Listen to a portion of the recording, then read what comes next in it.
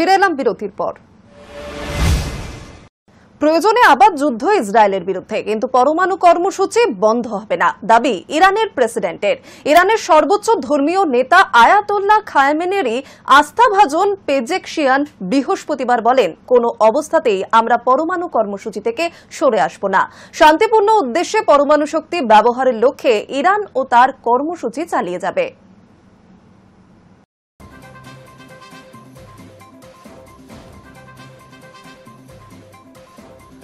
রাষ্ট্রপুঞ্জ নিয়ন্ত্রিত আন্তর্জাতিক পরমাণু শক্তি সংস্থা IAEAর পরে এবার ইসরায়েলকে হুঁশিয়ারি দিলেন ইরানের প্রেসিডেন্ট মাসুদ পেজেকশিয়ান। বৃহস্পতিবার তিনি বলেন, প্রয়োজনে আমরা আবার ইসরায়েলের সঙ্গে যুদ্ধ করতে প্রস্তুত। সেই সঙ্গে ইরানের সর্বোচ্চ ধর্মীয় নেতা আয়াতোল্লাহ খামেনেইয়ের আস্থাভাজন পেজেকশিয়ান বৃহস্পতিবার বলেন, কোনো অবস্থাতেই আমরা পরমাণু কর্মসূচি থেকে সরে আসব না। শান্তিপূর্ণ উদ্দেশ্যে পরমাণু শক্তি ব্যবহারের লক্ষ্যে ইরান তার কর্মসূচি চালিয়ে যাবে। প্রসঙ্গত, গত 13 জুন রাতে ইরানের রাজধানী তেহরান এবং একাধিক পরমাণু কেন্দ্রে হামলা চালিয়েছিল ইসরায়েলি যুদ্ধবিমান। ওই অভিযানের পোশাকি নাম ছিল অপারেশন রাইজিং লায়ন। এরপরে ইরানের 3টি পরমাণু কেন্দ্র লক্ষ্য করে হামলা চালায় আমেরিকার B-2 বম্বার। ফেলা হয় বাংকার ব্লাস্টার সিরিজের সবচেয়ে শক্তিশালী বোমা GBU-57। 24 জুন ডোনাল্ড ট্রাম্পের উদ্যোগে যুদ্ধবিরতি হলেও ওয়াশিংটনের দাবি মেনে ইউরেনিয়াম সমৃদ্ধিকরণে রাজি হয়নি তেহরান। তারই মধ্যে এবার নতুন করে যুদ্ধের হুঁশিয়ারি দিলেন পেজেকশিয়ান। High news network.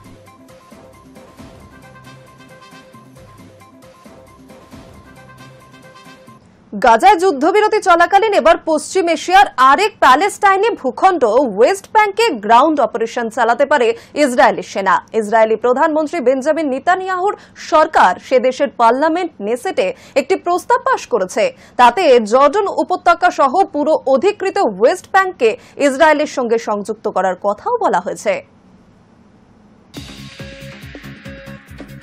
গাজায় যুদ্ধবিরতি চলাকালীন এবার পশ্চিম এশিয়ার আরেক প্যালেস্টাইনি ভূখণ্ড ওয়েস্ট ব্যাংকে গ্রাউন্ড অপারেশন চালাতে পারে ইসরায়েলি সেনা। বৃহস্পতিবার ইসরায়েলি প্রধানমন্ত্রী বেঞ্জামিন নেতানিয়াহুর সরকার সেই দেশের পার্লামেন্ট নেসেটে একটি প্রস্তাব পাশ করেছে। তাতে জর্ডন উপত্যকা সহ পুরো অধিকৃত ওয়েস্ট ব্যাংককে ইসরায়েলের সঙ্গে সংযুক্ত করার কথা বলা হয়েছে। প্রস্তাবের পক্ষে পড়েছে 71টি ভোট, বিপক্ষে মাত্র 13টি। নেতানিয়াহু সরকারের ওই প্রস্তাবে কার্যত নস্যাৎ করে দেওয়া হয়েছে স্বাধীন এবং সার্বভৌম প্যালেস্টাইন রাষ্ট্রের দাবি। প্যালেস্টাইনি জনতা বৃহত্তম আবাসভূমি ওয়েস্ট ব্যাংকে ইহুদি জনগণের ঐতিহাসিক, সাংস্কৃতিক এবং আধ্যাত্মিক মাতৃভূমির অবিচ্ছেদ্য অংশ বলেও বর্ণনা করা হয়েছে ইসরায়েলি পার্লামেন্টে পাশ করা ওই প্রস্তাবে।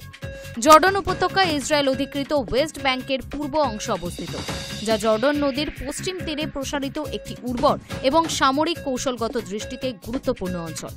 প্রায় 10,000 কিলোমিটার জুড়ে বিস্তৃত জর্ডন উপত্যকা কৃষি, পশুপালন এবং ভূ রাজনীতিতে গুরুত্বপূর্ণ। ইসরায়েলি সেনা 1967 সালে যুদ্ধের পর থেকে ওই অঞ্চলটি বকলমে নিয়ন্ত্রণে রেখেছে। প্যালেস্টাইনি স্বাধীনতা আন্দোলনের কিংবদন্তি নেতা প্রয়াত ইয়াসের আরাফতের গড়া সংগঠন ফাতার নেতৃত্বাধীন জোট প্যালেস্টাইন লিবারেশন অর্গানাইজেশনের নিয়ন্ত্রণে রয়েছে ওয়েস্ট ব্যাংক ভূখণ্ড। আন্তর্জাতিক স্বীকৃতিপ্রাপ্ত স্বশাসিত প্যালেস্টাইন কর্তৃপক্ষ সেখানকার প্রশাসন পরিচালনা করেন। আদর্শগতভাবে গণতান্ত্রিক চেতনায় আস্থাশীল PLO, তারা কট্টরপন্থী প্যালেস্টাইনি সশস্ত্র গোষ্ঠী হামাসের বিরোধী। ইসরায়েলি সেনা অবশ্য আন্তর্জাতিক জনমত উপেক্ষা করেই দীর্ঘদিন ধরে ওয়েস্ট ব্যাংকের একাংশ দখল করে রয়েছে। একদা গাজার নিয়ন্ত্রণও আরাফত অনুগামীদের হাতে ছিল, কিন্তু 2007 সালে গৃহযুদ্ধে PLOকে পরাস্ত করে গাজার দখল নিয়েছিল হামাস। Hi news network. Thailand Cambodia সীমান্ত যুদ্ধ, গোলাবর্ষণের প্রত্যাঘাত F-16 যুদ্ধ বিমানের, নিহত অন্তত 12। বৃহস্পতিবার ভোরে উত্তর পশ্চিম কম্বোডিয়ার সীমান্তবর্তী প্রেট ভিয়েরা প্রদেশে প্রথমে হামলা চালায় কম্বোডিয়া সেনা। জবাবে থাইল্যান্ড বায়ুসেনার F-16 কম্বোডিয়ায় হানা দেয়। দক্ষিণ পূর্ব এশিয়ার দুই প্রতিবেশী সীমান্ত বিরোধ রূপ নিল পুরোদস্তুর যুদ্ধে। কম্বোডিয়ার সেনা সীমান্তে হামলা করলে বৃহস্পতিবার সকালে তার জবাব দিতে থাইল্যান্ড বায়ুসেনার F-16 যুদ্ধবিমান হানা দেয়। কম্বোডিয়া সেনার হামলায় অন্তত 11 জন অসামরিক নাগরিক এবং এক সেনা নিহত হয়েছেন বলেই থাইল্যান্ড জানিয়েছে। আহত হয়েছেন 2 সেনাসহ অন্তত 13 জন।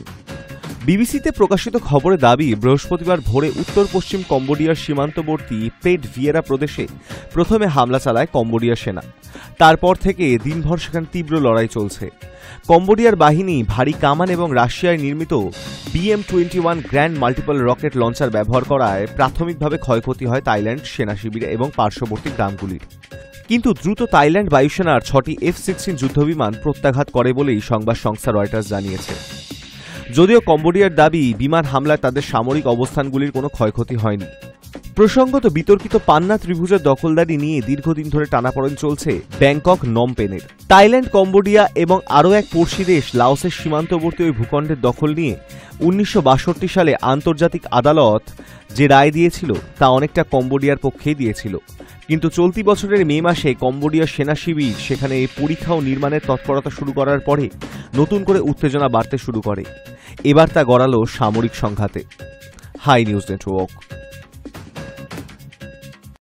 দৃষ্টান্তমূলক শাস্তি চাই, প্রাক্তন প্রধান বিচারপতির গ্রেফতারিকে স্বাগত জানালো খালেদার বিএনপি।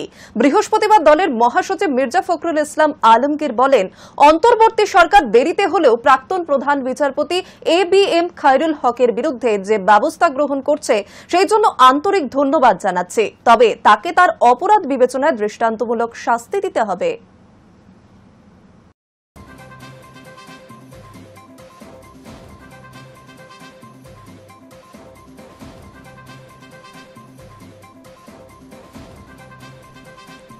বাংলাদেশের সুপ্রিম কোর্টের প্রাক্তন প্রধান বিচারপতি BM খায়রুল হকের গ্রেফতারিকে স্বাগত জানালো প্রাক্তন প্রধানমন্ত্রী খালেদা জিয়ার দল বিএনপি। সেই সঙ্গে মোহাম্মদ ইউনূসের নেতৃত্বাধীন অন্তর্বর্তী সরকারের কাছে ধৃতদের দৃষ্টান্তমূলক শাস্তির দাবি করেছে তারা। বৃহস্পতিবার দলের মহাসচিব মির্জা ফখরুল ইসলাম আলমগীর বলেন, অন্তর্বর্তী সরকার দেরিতে হলেও প্রাক্তন প্রধান বিচারপতি BM খায়রুল হকের বিরুদ্ধে যে ব্যবস্থা গ্রহণ করেছে সেজন্য আন্তরিক ধন্যবাদ জানাচ্ছি, তবে তাকে তার অপরাধ বিবেচনায় দৃষ্টান্তমূলক শাস্তি দিতে হবে, যাতে ভবিষ্যতে যেন কেউ এই পবিত্র জায়গায় বসে রাষ্ট্র ও জনগণের ক্ষতি করতে না পারে।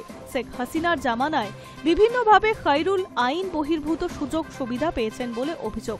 তার বেশ কিছু রায় নিয়ে রাজনৈতিক বিতর্কও রয়েছে বাংলাদেশে। তার মধ্যে বাংলাদেশের নির্বাচনের আগে তত্ত্বাবধায়ক সরকার গঠনের ব্যবস্থা বাতিল সংক্রান্ত মামলার মূল রায়দানকারী ছিলেন তিনি। হাসিনার পতনের পরে ইস্তফা দিয়েছেন খায়রুল। তারপরে তাকে প্রকাশ্যে খুব বেশি দেখা যায়নি। খায়রুলকে বৃহস্পতিবার সকালে ঢাকার ধানমন্ডির একটি বাড়িতে আটক করে ঢাকা মহানগর পুলিশের গোয়েন্দা বিভাগ। পরে গ্রেফতার করা হয় তাকে। তার বিরুদ্ধে মোট 3টি মামলা রয়েছে বলে জানিয়েছে পুলিশ। High news network.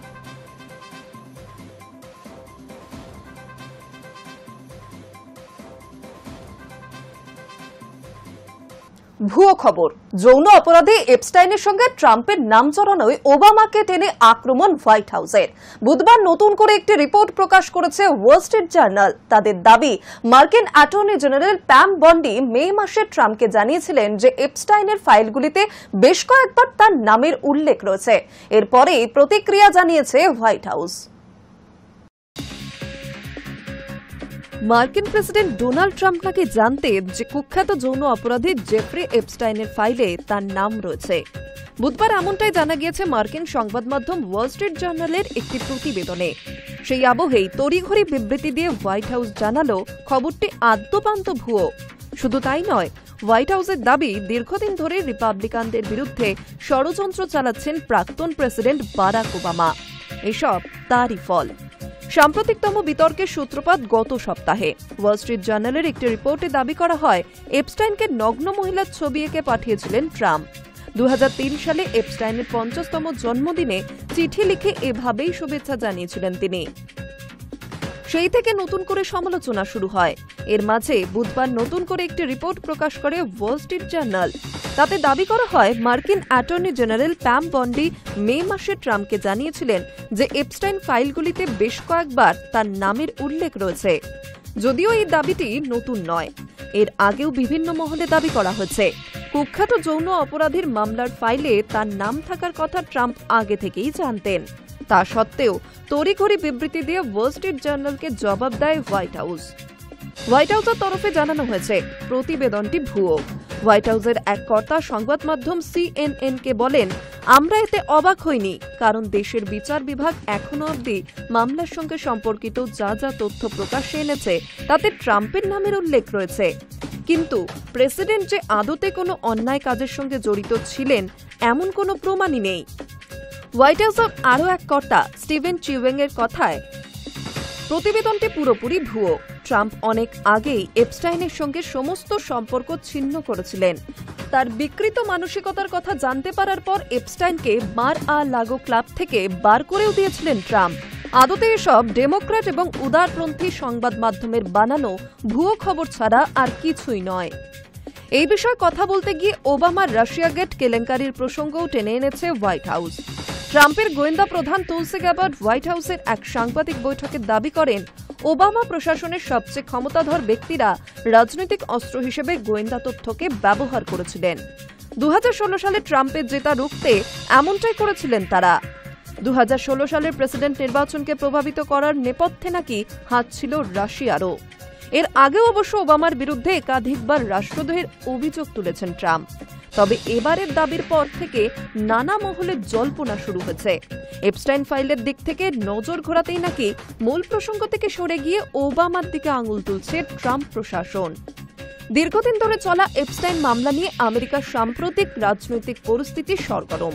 তবে এই মামলায় এখনো পর্যন্ত ট্রাম্পের বিরুদ্ধে কোনো গুরুতর অভিযোগ প্রকাশ্যে আসেনি। ট্রাম্পও দাবি করেছেন, এপস্টাইন তরুণীদের যৌন নির্যাতন করতেন, সেই সম্পর্কে তার কোনো ধারণা ছিল না। এমনকি ট্রাম্প এবং এপস্টাইনের সম্পর্ক অস্বীকার করেছে হোয়াইট হাউসও। ইতিমধ্যে ওয়াল স্ট্রিট জার্নালের বিরুদ্ধে মানহানির মামলাও করেছেন ট্রাম্প। দাবি করেছেন $1,000 কোটি, ভারতীয় মুদ্রায় যা 86,000 কোটি টাকারও বেশি। Hi news network. ঘরে বসে এবার থেকে 10 মিনিটেই পাওয়া যাবে অ্যাম্বুলেন্স পরিষেবা। দ্রুত পরিষেবা দেওয়ার জন্য পরিচিত এই অ্যাপ এবার গুরুগ্রামে তাদের 10 মিনিটে অ্যাম্বুলেন্স পৌঁছানোর উদ্যোগে আরও জোর দিল। ঘরে বসেই দ্রুত পরিষেবা পাওয়া যায় এমন বেশ কিছু অ্যাপ রয়েছে, যেখানে কোথাও 7 মিনিট, কোথাও 10 মিনিটে গ্রাহকের অর্ডার করা জিনিস পৌঁছে যায় তার দরজার কাছে। এবার সেই রকমই প্রচলিত অ্যাপ আনতে চলেছে অ্যাম্বুলেন্স পরিষেবা। দ্রুত পরিষেবা দেওয়ার জন্য পরিচিত ওই অ্যাপ এবার গুরুগ্রামে তাদের 10 মিনিটে অ্যাম্বুলেন্স পৌঁছানোর উদ্যোগে আরও জোর দিল। জানুয়ারিতে মাত্র 5টি অ্যাম্বুলেন্সে শুরু হওয়া এই পরিষেবা এখন 12টি অ্যাম্বুলেন্সে পৌঁছেছে। একই সঙ্গে অ্যাপটি একটি নিজস্ব প্যারামেডিক প্রশিক্ষণ কর্মসূচি চালু করছে, যেখানে জরুরি মুহূর্তে শুধু চিকিৎসা নয়, সহানুভূতিশীল পরিষেবাও মিলতে পারে। এই অ্যাপের তথ্য বলছে এখনো পর্যন্ত মোট 594টি কল এসেছে, যার মধ্যে 50% ছিল সংকটজনক। 12টি অ্যাম্বুলেন্স এবং 6টি ডিপো দিয়ে অ্যাপটি 83% ক্ষেত্রে 10 মিনিটের মধ্যেই রোগীর কাছে পৌঁছতে সক্ষম হয়েছে। প্রত্যেকটি অ্যাম্বুলেন্সে থাকছে একজন প্যারামেডিক, একজন সহকারী এবং প্রশিক্ষিত চালক। এছাড়াও আছে স্ট্রেচার, হুইলচেয়ার, জরুরি ওষুধ এবং অক্সিজেন সিলিন্ডার।